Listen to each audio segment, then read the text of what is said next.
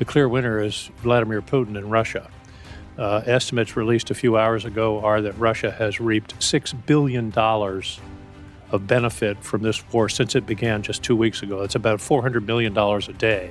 In a tense Senate hearing on national security and the war in Ukraine, Senator Angus King raises a striking claim that the real winner of the conflict so far may actually be Vladimir Putin. But the discussion quickly moves beyond economics and into something even more concerning: how vulnerable U.S. military logistics might be if commercial transportation systems were targeted in a cyber attack. What follows is a revealing exchange between lawmakers and military officials about cyber threats, logistics, and the broader strategy surrounding the war.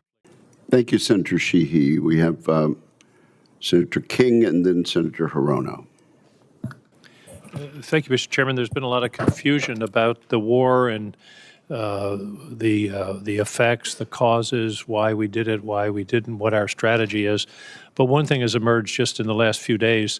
There is a clear winner in this war. The clear winner is Vladimir Putin in Russia. Estimates released a few hours ago are that Russia has reaped $6 billion of benefit from this war since it began just 2 weeks ago. That's about $400 million a day from the increase in oil prices and the easing of sanctions, which is somewhat puzzling to me. So I just think the record should show that the real winner so far is Vladimir Putin to the tune of $6 billion in 2 weeks.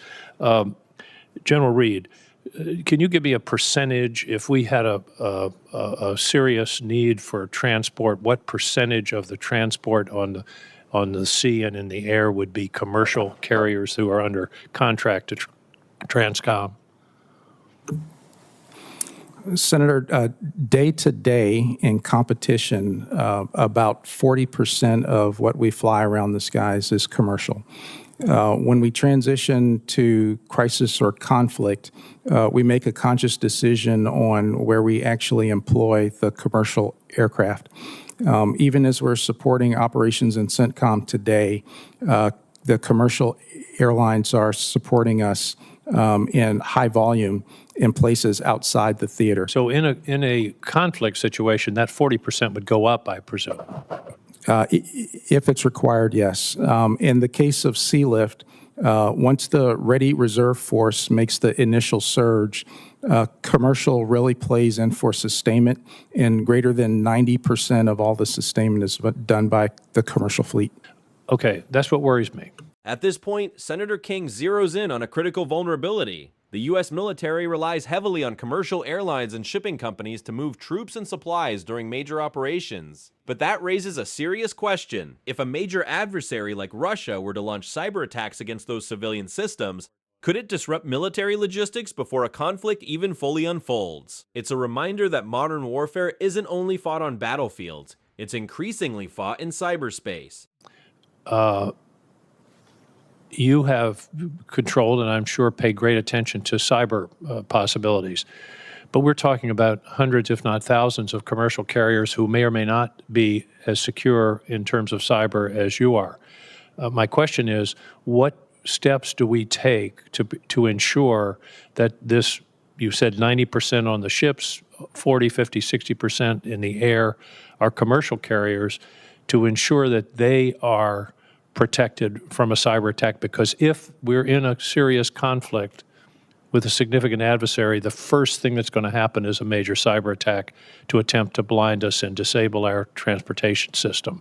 Do you red team, for example, the commercial carriers to determine the extent of their cyber vulnerability? Senator, we do, and there's a lot of cooperation in that realm. We operate mainly through two different channels. So within the Department of War, when we organize and plan, that is done on secure systems, and we have a lot of help to make sure that we can protect ourselves. I understand that. What I'm worried about is Delta Airlines security if they're called upon to be transporting troops and the extent to which they can be penetrated, their systems, not yours, but theirs. Yes, Senator. Once that planning is complete, we do have some secure channels with the commercial transportation providers. And also we red team and we cooperate and provide help with them for cyber hygiene. Among some of the sources are Cybercom, National Security Agency as well as the Department of War Cyber Crime Center. I would urge you to step up those efforts because this is where the first wave of the attack is going to come.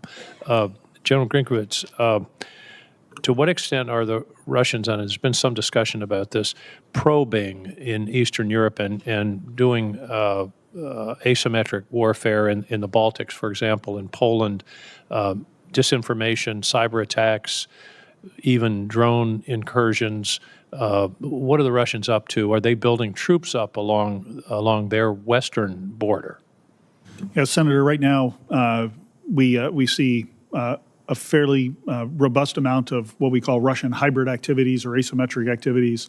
And you mentioned some of those, whether it's information operations or sabotage and those types of things. There have been several incidences in the Baltics and in Poland in particular over the last several months since I've been in command. As far as conventional troop buildups, most of the Russian ground forces are focused on Ukraine, so we do not see significant Russian buildups right now. But I know that there are concerns that those could be coming at some point in the future, particularly once Russia is able to reconstitute its forces. And if President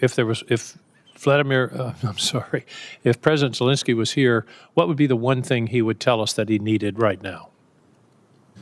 I suspect you hear that fairly regularly. Yes, sir. He would ask for air defense capability based on the Russian attacks on his heating and electrical infrastructure. And a great deal of our air defense capability is now tied up in the Gulf region. Is that correct? Senator, yeah, we do have a robust set of air defense capabilities in the Middle East, and I've used some of our EUCOM air defense capabilities to defend some of our NATO allies as well. In the Middle East? Near the Middle East, if you will, in the Eastern Mediterranean. Okay, so air defense capabilities have been moved toward the Middle East as a result of this conflict. That's correct. Yes, sir. Thank you. Absolutely. Thank you, Mr. Chairman. This exchange highlights how complex modern conflicts have become. Beyond the battlefield, lawmakers are increasingly focused on economic consequences, cyber vulnerabilities, and the logistics that keep military operations running. Senator Angus King raised concerns not only about the strategic implications of the war, but also about how dependent the United States may be on commercial systems that could be targeted in a crisis. Moments like this reveal how congressional hearings often serve as a window into the strategic challenges facing governments today. What do you think about Senator King's concerns? Are cyber vulnerabilities in commercial transportation an overlooked risk in modern warfare? Let us know in the comments, and if you enjoy fact-based breakdowns like this, don't forget to like the video, share it, and subscribe for more congressional hearing analysis.